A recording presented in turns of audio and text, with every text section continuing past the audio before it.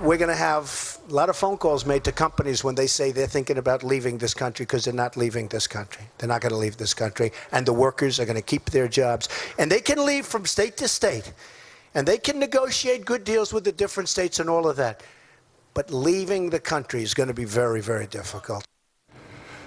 President-elect Donald Trump saying there's a new sheriff in town laying down a law to any company thinking about moving jobs overseas during an event at Carrier today. And it appears a combination, right? The carrot and stick approach, which included a $7 million tax break from the state, led the company to keeping 1,000 jobs out of the about 2,000 that were initially going to go to Mexico. Joining me now to discuss, Caitlin Huey-Burns, David McIntosh, and Eric Beach. Eric, let me start with you. The critics are saying, hey, you know what? Great PR move, but you can't replicate it, and no one's ever given tax breaks for a company not to leave. That's the kind of thing you usually do when they create jobs, not keep jobs. So the critics have come down harshly on this, but the American public, particularly those folks keeping their jobs, love it. Look, and the markets have gone up. Donald Trump has projected certainty, not just for the markets, but he's a job-creating president, and he's been a job-creating president-elect. And I think when he takes office on January 20th, he had talked about policies that are going to help companies, trying to repatriate money coming back into the U.S. for companies that have, tax inversion, talking about reducing the corporate tax, down to 15%. So, I mean, when you're talking about that kind of certainty, and you're talking about real reform when it comes to keeping jobs here at home, I think that's why he won these states like Michigan and Wisconsin and Pennsylvania, because that's the kind of stuff he had communicated during the campaign and what I believe helped him win the election. David, do you think with this situation with Carrier that Donald Trump is actually creating some form of a template or a model that ultimately could be applied throughout the country? We already know low regulations, low taxes. And he actually talked about some of the more onerous ones that specifically were hurting Carrier. So making the calls, keeping the jobs was a great thing. It's like the constituent work I used to do as a congressman, but on a big scale. But a template for how you're going to do business as president? No, the president can't be on the phone all the time telling businesses which plants to close, which ones to open, which ones to move. For a couple reasons. One, he's got a much bigger job.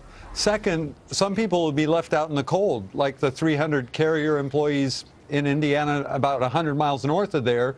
They didn't get to keep their jobs. So in the end, that doesn't work. But pivoting the way Trump did back to the tax cuts, back to the regulations you mentioned, that was smart. He got the bona fides, the goodwill by doing this.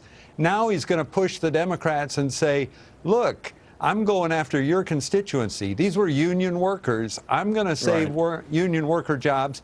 And if you don't pass my tax cuts, if you don't pass my reg relief bills, it's on your heads, Democrats, and I'll show you. I thought that was very politically smart of Trump to do.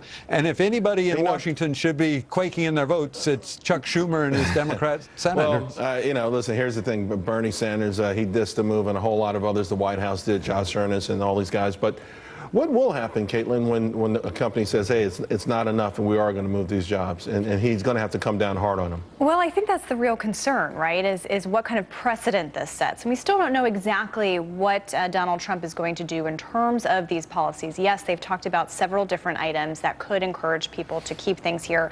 But another underlying issue that they have to address, of course, is the issue of why manufacturing is down in terms of job numbers, right? A lot of this is due to automation and those sorts of things. So there's lots and lots of things going on here. But I do think that the symbol that this provides for Donald Trump, a lot of politics is just being able to claim a victory, especially in this stage. So being able to go back and say, look, I said I was going to do this, and I did do this, I think sets a precedent for him. Magnificent. And you talk to a lot of his supporters who say, yes, we just wanted something to get done. And so it gives him some political capital. It gives him a lot of political capital. Thanks a lot.